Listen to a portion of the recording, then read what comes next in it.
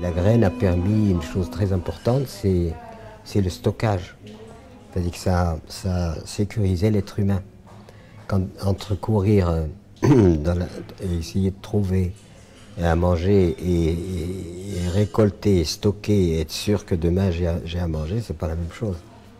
Le stock, ça a été quand même quelque chose de très sécurisant et ça a permis à l'être humain de sortir, disons, de l'obsession de la survie au jour le jour pour rentrer dans une forme de sécurité alimentaire. La graine et la culture a généré cette sécurité alimentaire et sans cela, je pense que l'homme aurait été obsédé par sa survie biologique quotidienne et il n'aurait pas évolué culturellement.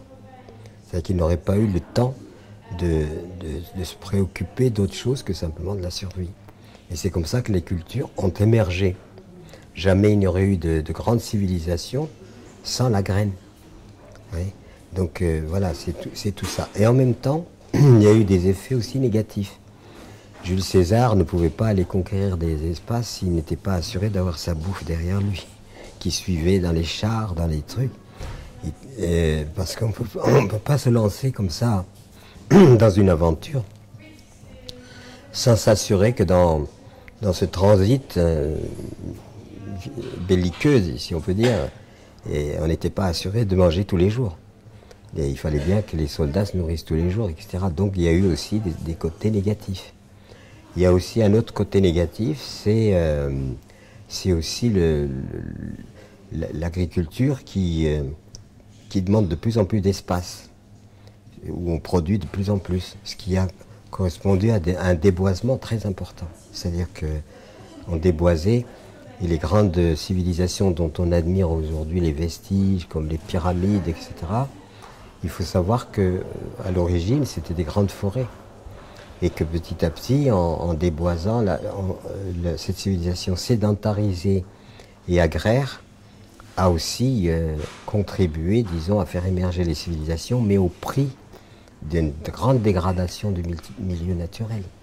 Beaucoup de déboisement, l'homme a été générateur de désert par son abus. Et puis il ne faut pas oublier que dans cette question de désert, c'est aussi le pastoralisme, l'élevage.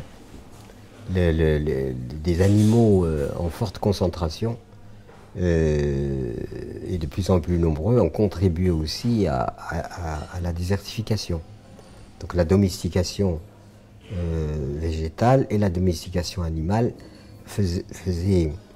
étaient les deux éléments d'une activité qui était une activité vivrière et vitale, mais qui n'a pas toujours été positive. Et encore, j'ai travaillé encore aujourd'hui dans le Sahel, je continue et j'ai travaillé beaucoup dans la zone sahélienne, vers cette zone qui est entre le grand désert, qui est mon biotope natal, et la forêt tropicale. Et qu'est-ce qui se passe aujourd'hui? C'est que cette bande dite sahélienne est en voie de grande désertification, mais aussi par la responsabilité aussi de l'être humain. Beaucoup trop de prélèvements de bois, l'usage du feu pour défricher, pour repousser les animaux sauvages et autres. Il y a eu aussi les troupeaux annexés. Et ces troupeaux annexés ont contribué justement à désertifier.